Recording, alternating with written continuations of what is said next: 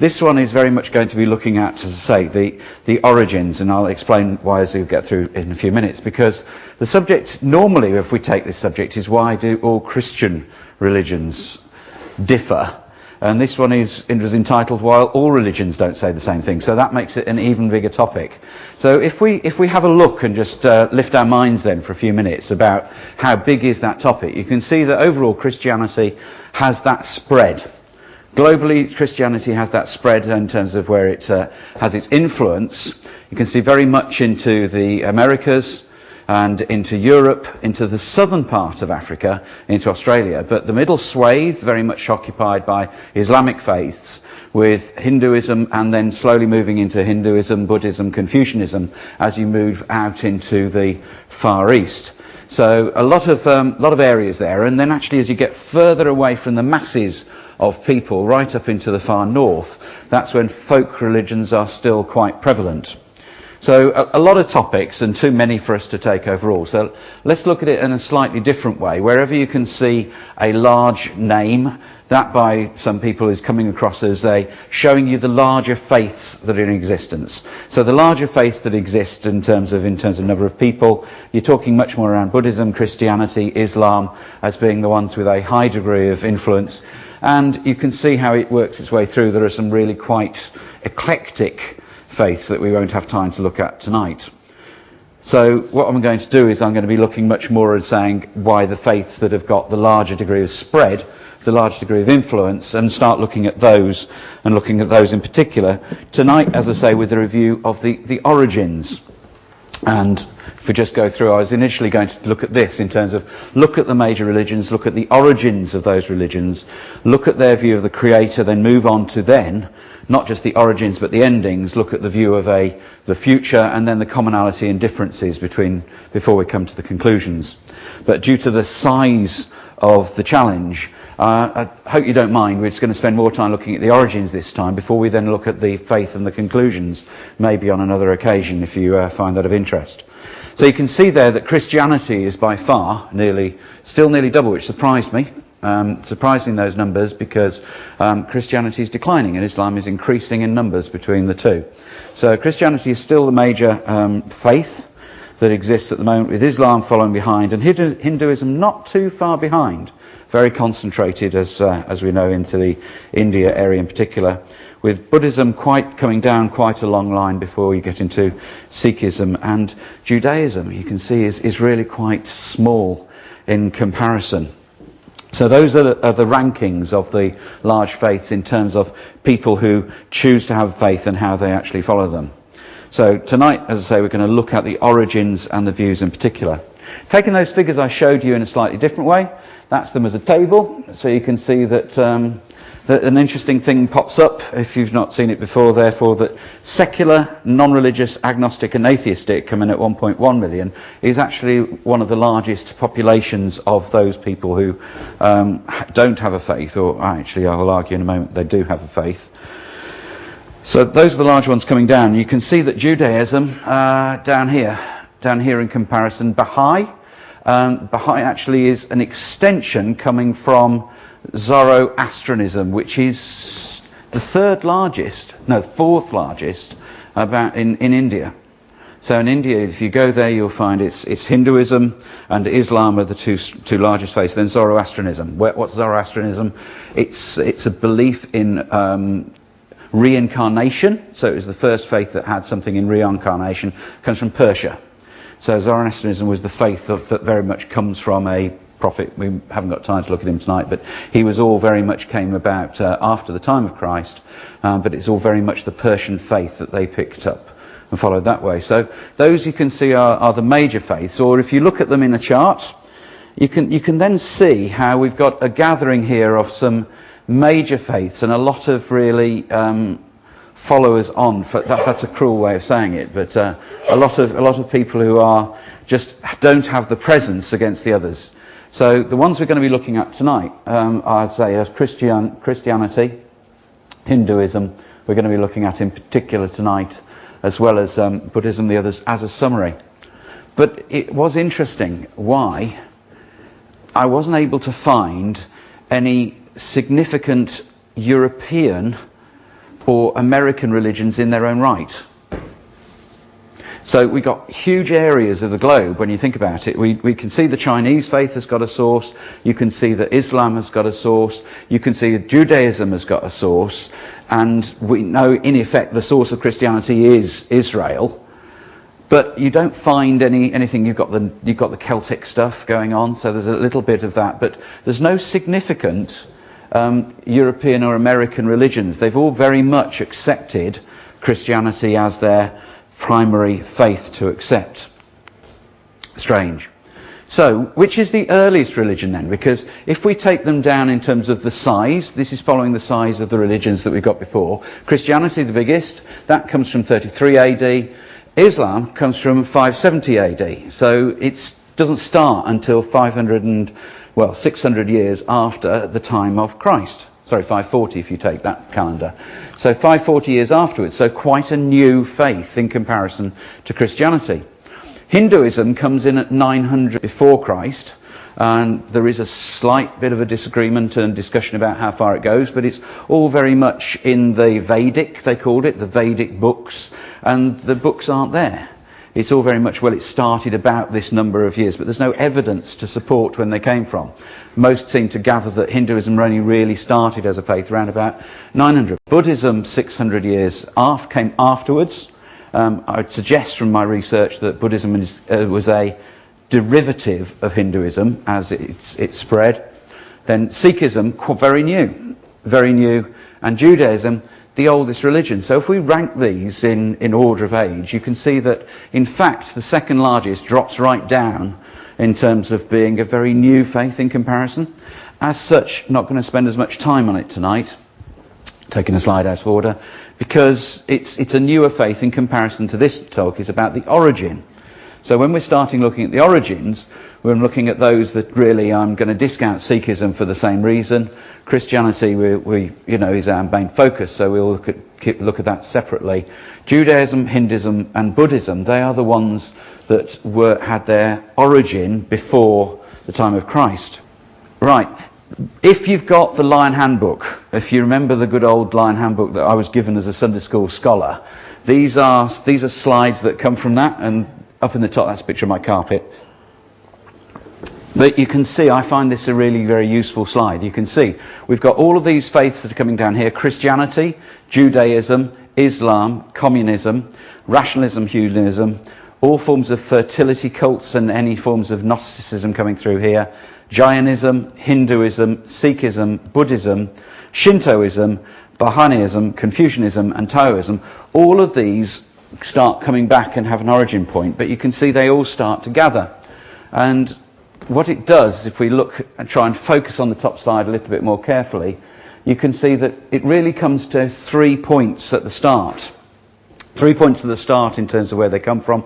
Firstly, Hebrew monotheism, setting down and moving into Judaism here. So the line that we know is pretty well the biblical line.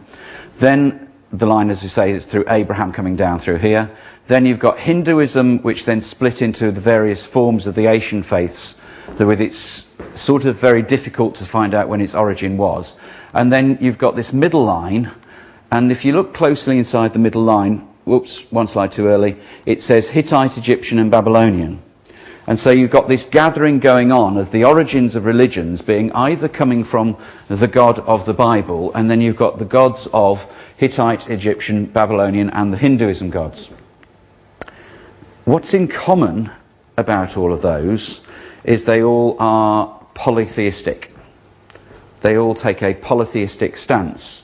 And it's quite interesting, I'm finding, because I was just looking this first time, that you've got a line of monotheism and a huge area here of polytheism. And we'll explore that as really the main topic as we're looking forward. Gathering here of the main faiths that express themselves against the God of Israel, Yahweh, was the Hittite, the Egyptians and the Babylonian gods together. So I looked up at the Hittite, and if you look at the origins of the Hittites, why the Hittites? The Hittites were the largest civilized nation which we got records to go back and look. They were incredibly powerful, and they were the first nation who actually had a very large influence in terms of going back in terms of history, earlier in terms of even than Egypt in terms of its political influence. But what does it say? And this is just wiki, not the most authoritative source, but a source that nevertheless you can just accept from in it. Drawing on Mesopotamian mythology, the religion of the Hittites and whoever the rest are relates noticeably to Indo and European elements. And so therefore it's saying that if you go back to that beginning of the Hittites, they actually influenced the split in terms of towards the Indian, therefore the Hindu faiths, and also the European faiths can all come from that Hittite part. And we'll look at that in a bit then later. For example, they talk about how the name of the god of thunder, Tarnut here, is very similar to the name of the Norse god, Thor, and how there are similarities between the serpent, which is a feature in one of the faiths, and therefore the serpent definitely occurs if you enjoyed your Norse mythology at all. But what I noticed also here, this cosmic serpent here in Vedic mythology, Vedic is another word of getting into the Asian faiths a lot. So therefore, this is hanging together for me that the Hittite Empire at the start was very much this pivotal point from which came out this spread of religions saying a different thing. Just observations. And from that comes this various spread in which we've got a lot of religions saying different things. And one of the reasons, therefore, I'm concluding, is one of the reasons that a lot of religions don't say the same thing is because they don't have the same start point and they're looking for different reasons. So therefore, conclusion I got to is religions really fall into three types. There's the monotheistic faith, which is the faith in one, coming from the ancient Greek, theos means God. So those that believe in one God, those that believe in many gods, polytheism, and really, picking up that third largest, we've got atheism. And atheism really, to be honest, it's a faith in its own right. Because there is as much evidence for a God as there is evidence not for a God. It just depends on how you decide to look at it. And I tend to look at it this way, in terms of either you've got faith and you are willing to look beyond what you see at the moment, and as such, if you look carefully, you can probably see there is something in that black, and that black actually has got its own shape. So if you are willing to accept beyond the sight of your eyes and show a little bit of more thinking, then you've got a faith that you can actually see that a vase exists. However, an atheist will see there is no vase. They will only work off what is definitely there, what they can touch, and they will have to have as much faith that there isn't a vase or there is a vase. Is there a vase? Isn't there a vase? It's up to you. It's a matter of faith whether it's a vase or not. And so there are two religions, both have to have a faith. It's just atheism doesn't have a hope. So, back to where we're at. As I said, I think this side's supernumerary now. I'm going to be leaving Islam for this talk because I think it's more relevant to the next one about the endings than the origins, because the major ones we're looking at really are coming out, if you look at this slide, very much that polytheism is the main difference as to why, when you go back to origins, of why religions are saying different things. Let's look at this. So this is showing, if you look at polytheism, how you've got this Odin comes from Norway, Zeus from Greece, Ra from Egypt, Vishnu from India. Matres haven't got a clue. What do they have in common? They all come from this idea of polytheism, this belief in many gods. Many gods, polymany, theism gods. Typically, they are tied to specific events. What I found really interesting when I was working with some Hindu colleagues is that if you are into polytheism, what does polytheism give you? It gives you the ability to choose your own god.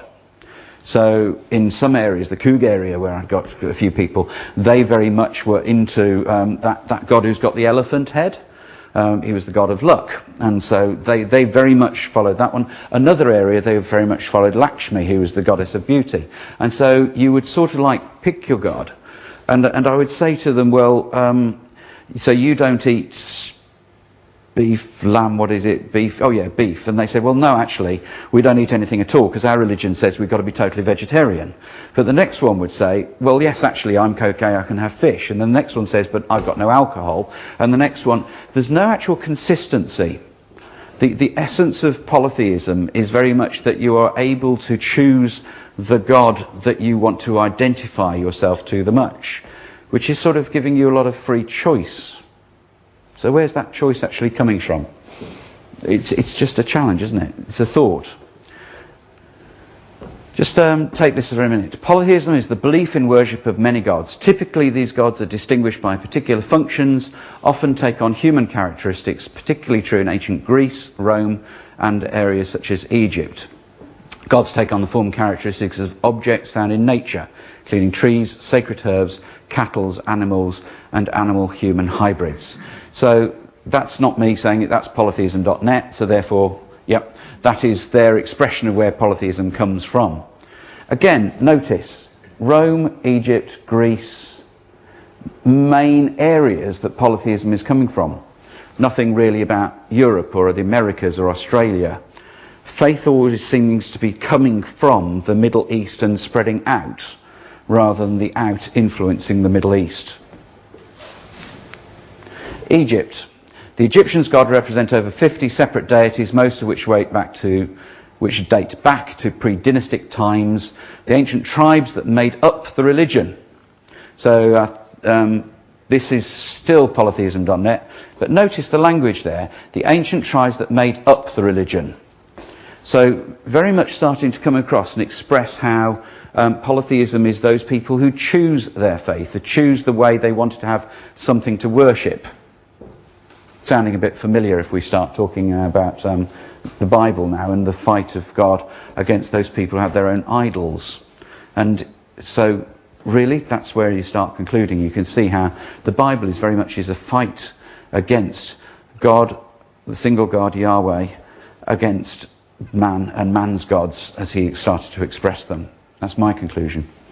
If you look at Egypt, if we look at the history of religious beliefs since the earliest human civilizations, it's probably safe to say that all cultures began with some form of polytheism. All.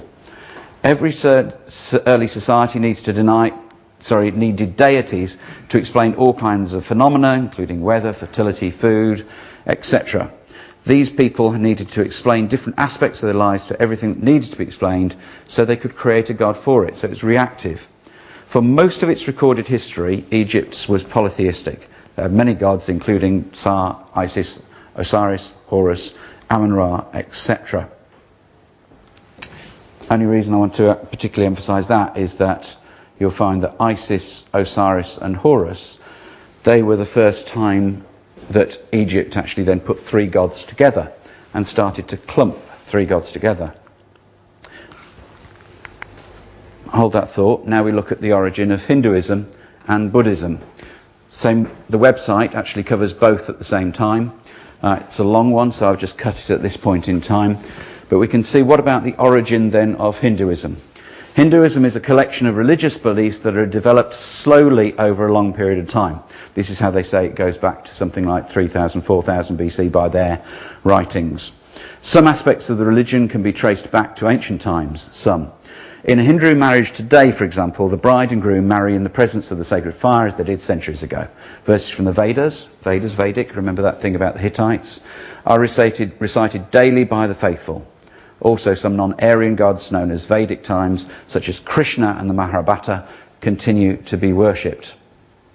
So that's where I got to so far with the thinking and the slides in terms of where we're at. And we'll skip this slide because we've seen it.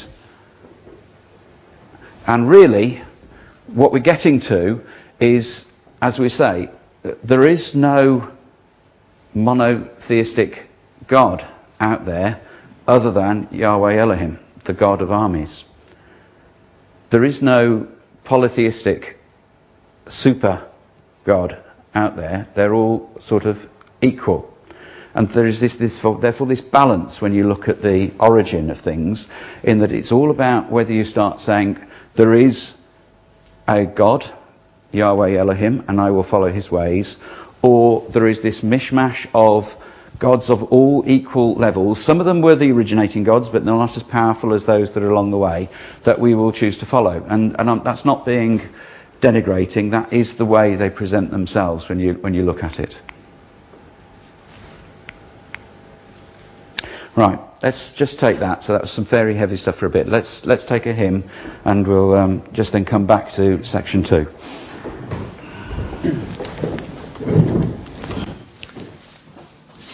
As you can see, it's hymn 94.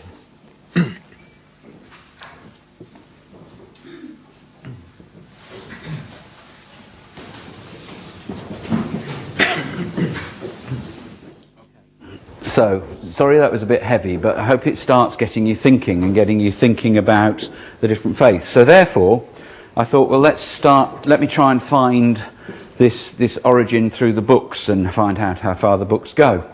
And looked around and was trying to find out, well, about how can I find out about how far the books go on the origin of monotheism. And so there's a website I was looking to all about religion, and this shows, therefore down here I got this section that came to, which shows the important dates in history, whoops, there we come, in terms of the origin of religion. And this website, need to research more, but this is as far as I got for now, shows that the first origins of religion in terms of this website goes back to the time of Abraham, monotheism, back to the time of the God of Israel. And so therefore, we can see that we've got the time of Abraham, so therefore what evidence have we got that we got writings about 2000 BC? Challenge. What evidence have we got for books of about 1200 BC, time of Moses? Challenge. The Hindu faith, for all this fact they say they're going back all the way, and it goes back thousands of years, they actually only then claim that they start compiling their texts round about 1100. Interesting.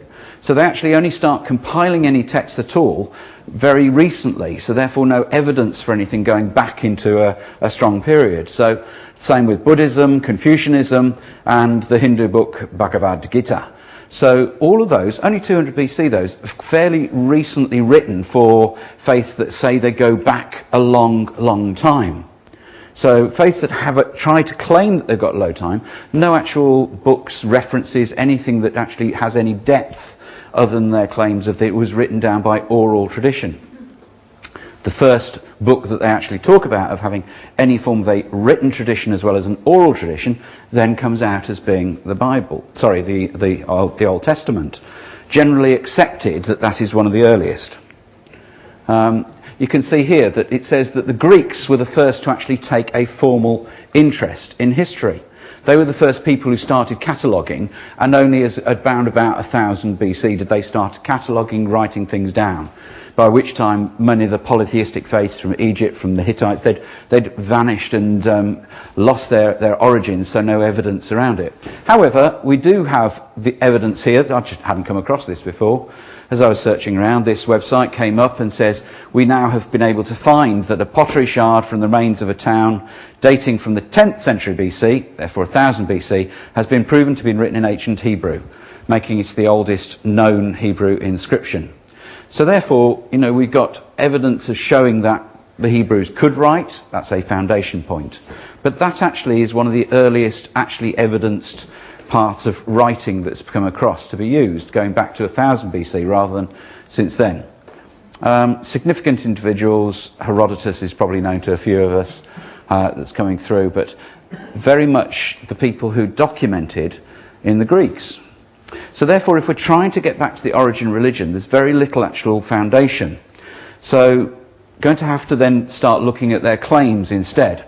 So let's look at the origins of polytheism. We've looked at that slide.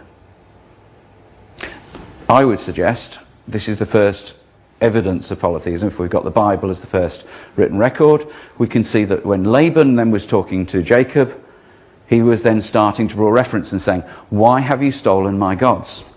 By the time of Laban, it was generally accepted that people had gods, small g, polytheism coming across, people wanting to worship their own gods. And they mattered so much to Laban that he chased after Jacob to be able to recover his gods. And as we know, that Rebekah was sitting on top of them. When you start thinking about that, you start realising how many gods there are in the Old Testament. All of these are gods that you can see from a reference that you can take and look up as being the gods that our God, Yahweh Elohim, was then fighting against. So Ammon, and there you are also. If you then go to Exodus, so the first prime book about, there you've got the formation of the children of Israel through Abraham. They start forming and they want to come out. What was the environment they were coming out against? The God of Egypt. And if you look against each of those 10 plagues, somebody once pointed out to me how each of those 10 plagues were almost a significant point by Yahweh Elohim against the God of Egypt in one particular way, shape or form. He was showing hidden theme. He was showing as he showed the rod, as he showed the frogs, as he showed the flies, showed the boils, how that each of these Egyptian gods were actually of no account. So you actually take this and you start stepping back and you realise that for me, coming in with a very view that actually I'm in a Christian background, the Old Testament, the huge challenge of the Old Testament was very much this battle between God saying, I am the Lord, there is none else, and everybody else saying, well, I'm going to set up my own gods and follow in my own way.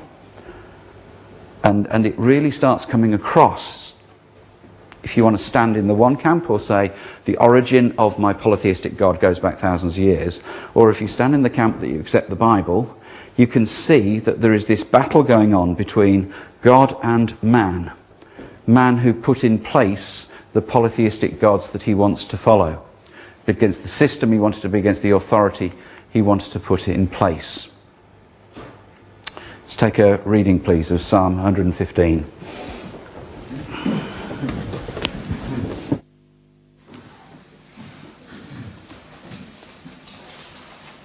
That conflict of God saying, you have to make up your mind which camp you're in. You will either follow this object that you have created yourself.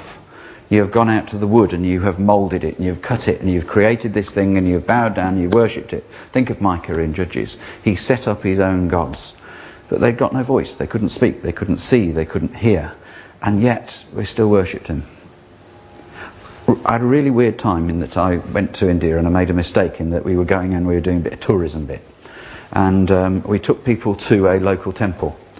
And we went inside and it was a temple to Krishna. And I was with a group of people, and because it was work I was entertaining them. I ended up inside the place.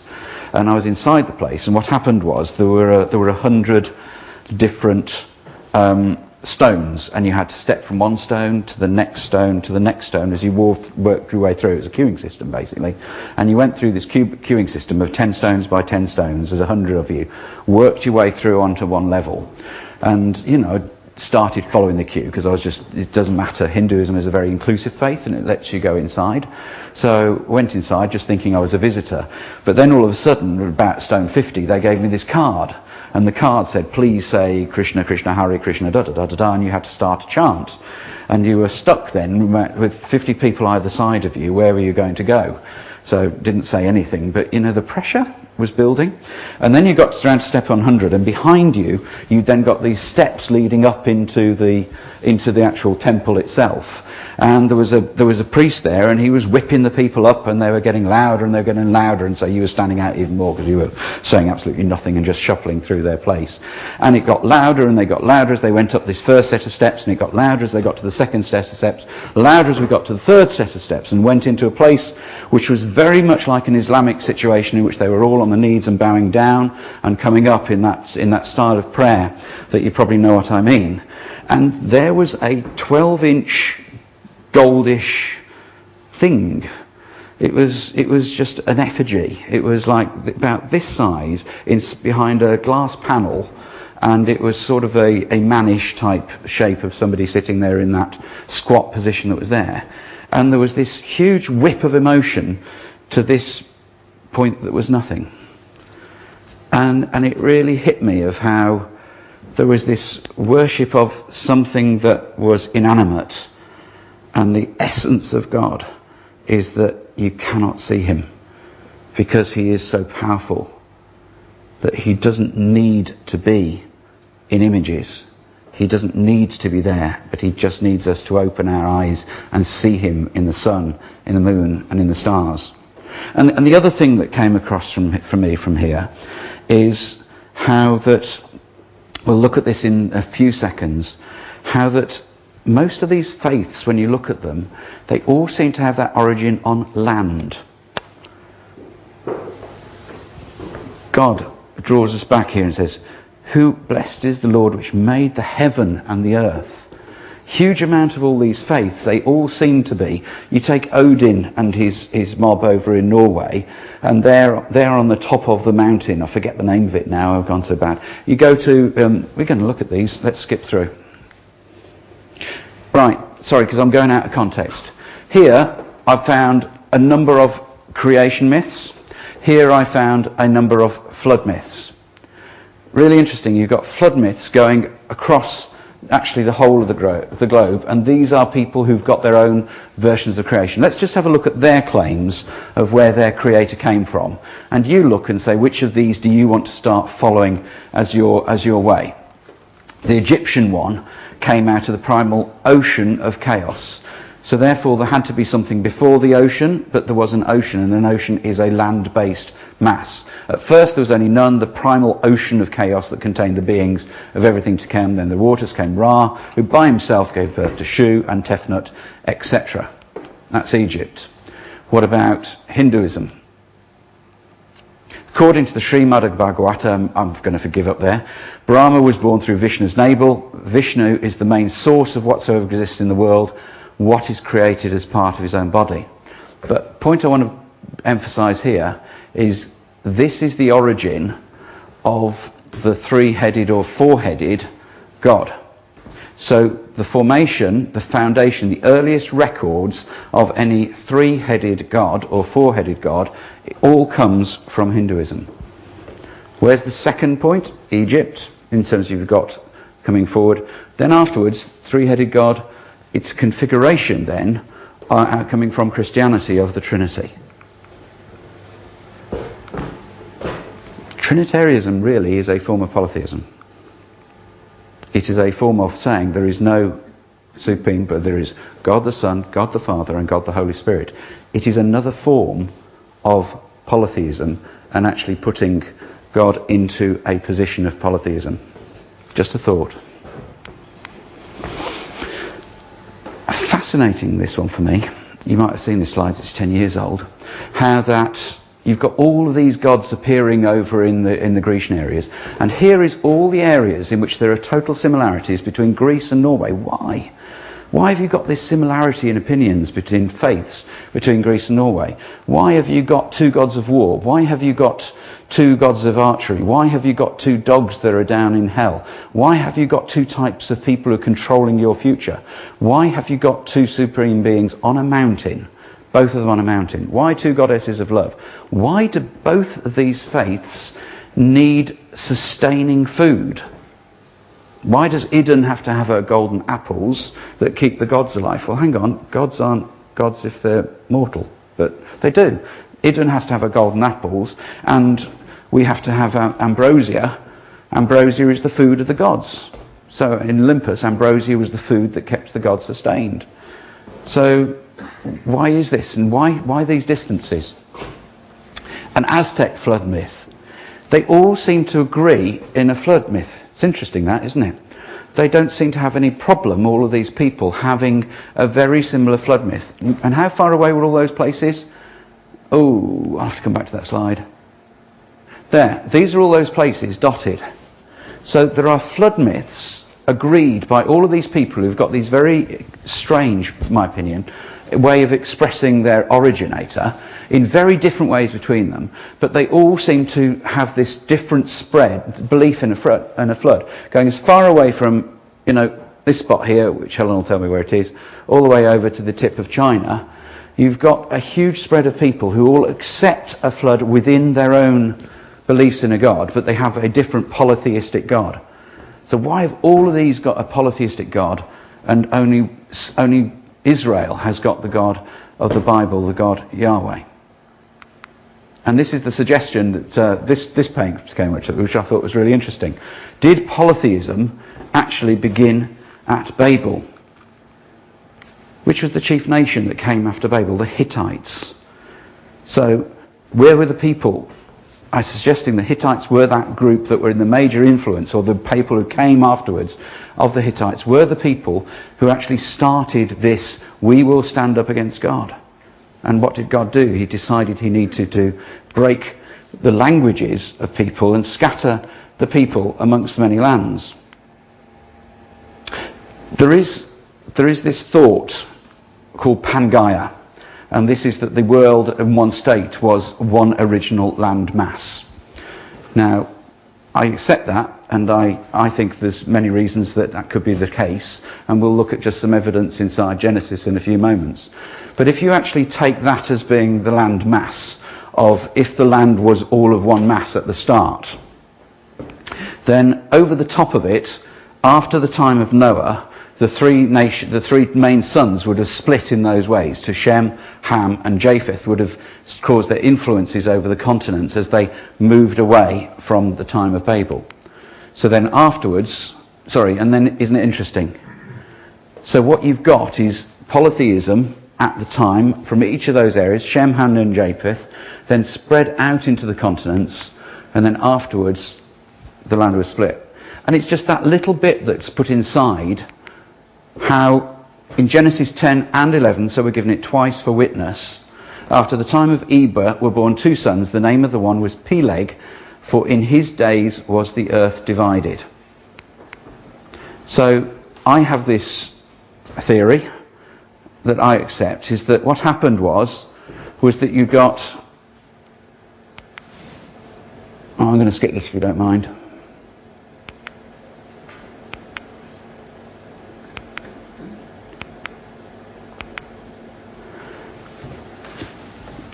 It's the battle. It's the battle between God, monotheism on the left, and man putting in place his own gods on the right. So that started, in the beginning was God, and then the serpent said, ye shall not surely die. And then following the serpent saying, ye shall not surely die, slowly then Cain decided to follow his way. Cain started to follow his way, and then, Genesis 4, what happened? Men began to call upon the name of the Lord. So people had to decide whether they were going to follow the way of God, monotheism, or follow their own way and put in place their own gods. And from that point, their own gods started to come and to grow. Genesis 7 then, God decided that this had gone too far. It was enough, and now the time had come. So only 8 survived, but start again.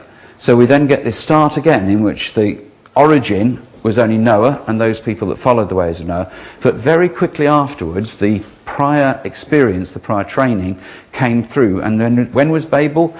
We don't exactly know, but it's round about this time here. So then God then scattered them abroad.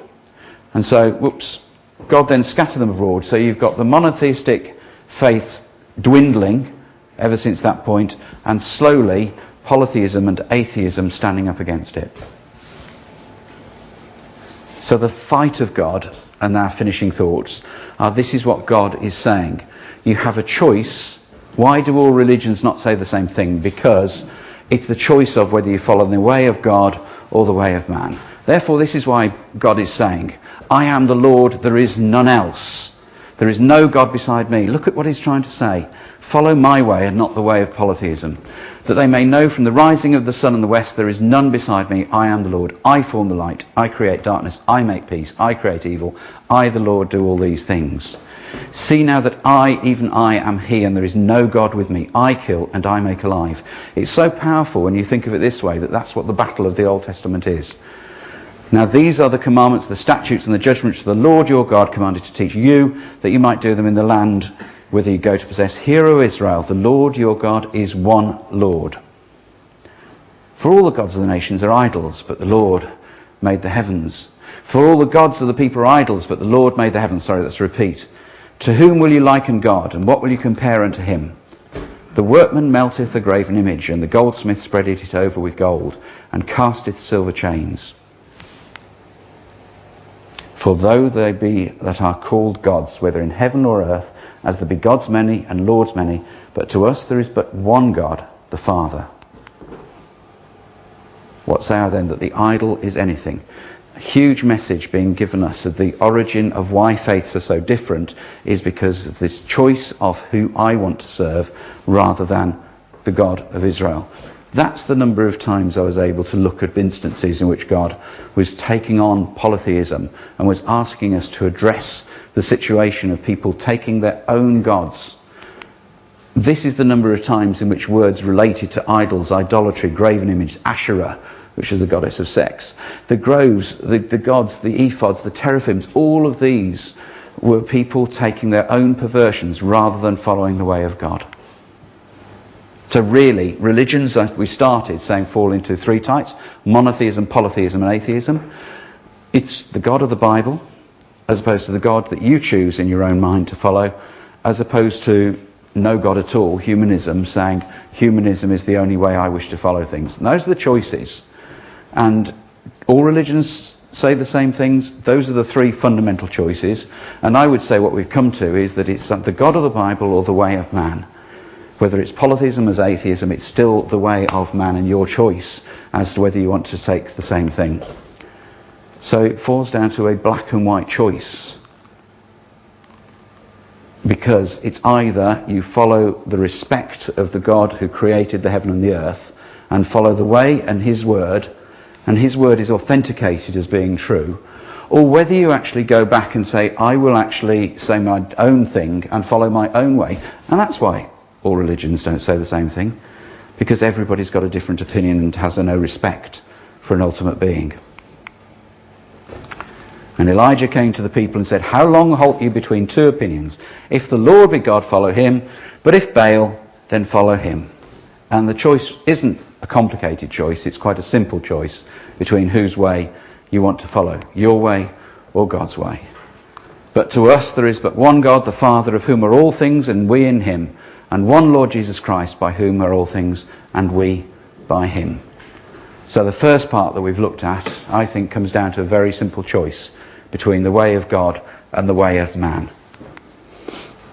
There is one body and one spirit, even as you called in one hope of your calling, one Lord, one faith, one baptism, one God and Father of all, who is above all and through all and in you all. Thank you.